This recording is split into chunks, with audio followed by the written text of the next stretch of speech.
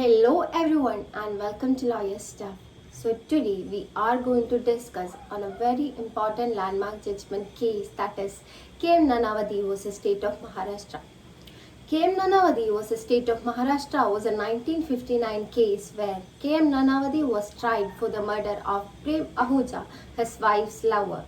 This case was a sensational case and had a lot of media coverage back then, and it is one of the most important cases in the Indian legal history. So now let's look on to the facts of the case. KM Nanavati was an Indian naval officer who shifted with his family to Bombay in 1959. In Bombay, he met Prem Ahuja, a businessman, through a common friend.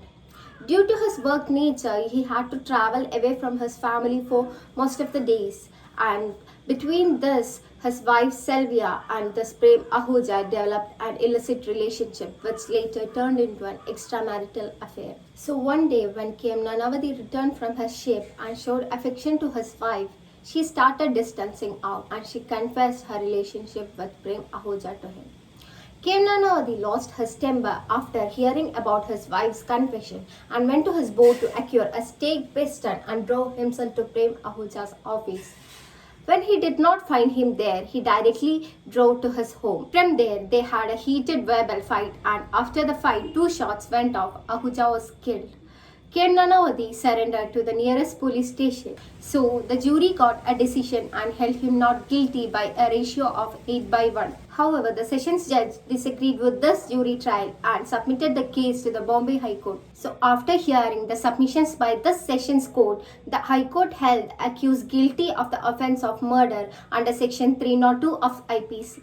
Then, through a special leave petition, the convict approached the court for redressal, and also an application was made to the governor under Article 161.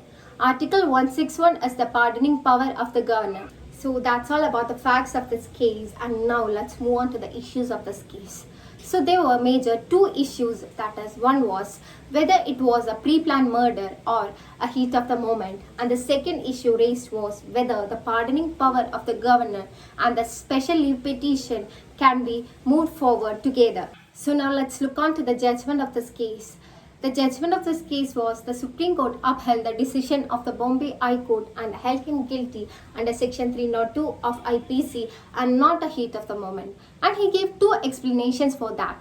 One was he had enough time to regain consciousness from Sylvia's confession and Ahuja's murder. And the second thing was he was thinking about the future when he asked Ahuja whether he would marry his wife Sylvia. This shows his mental control too. The second issue raised was the SLP and the pardoning power.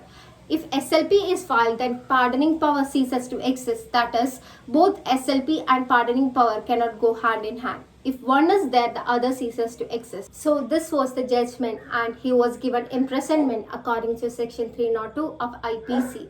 But there were consequences, that is, KM Nanavati was pardoned by Governor Vijay Lakshmi Pandit after 3 years in jail. So this Nanavati case is referred as the one prompting the end to this jury trial system. This is a milestone judgment that turns out to be significantly more important in current scenario where media trials have typical practice. Through this case, it is observed that judiciary acts as a shield for the protection of the Indian Constitution and to serve justice. So that's all about this case, and thank you.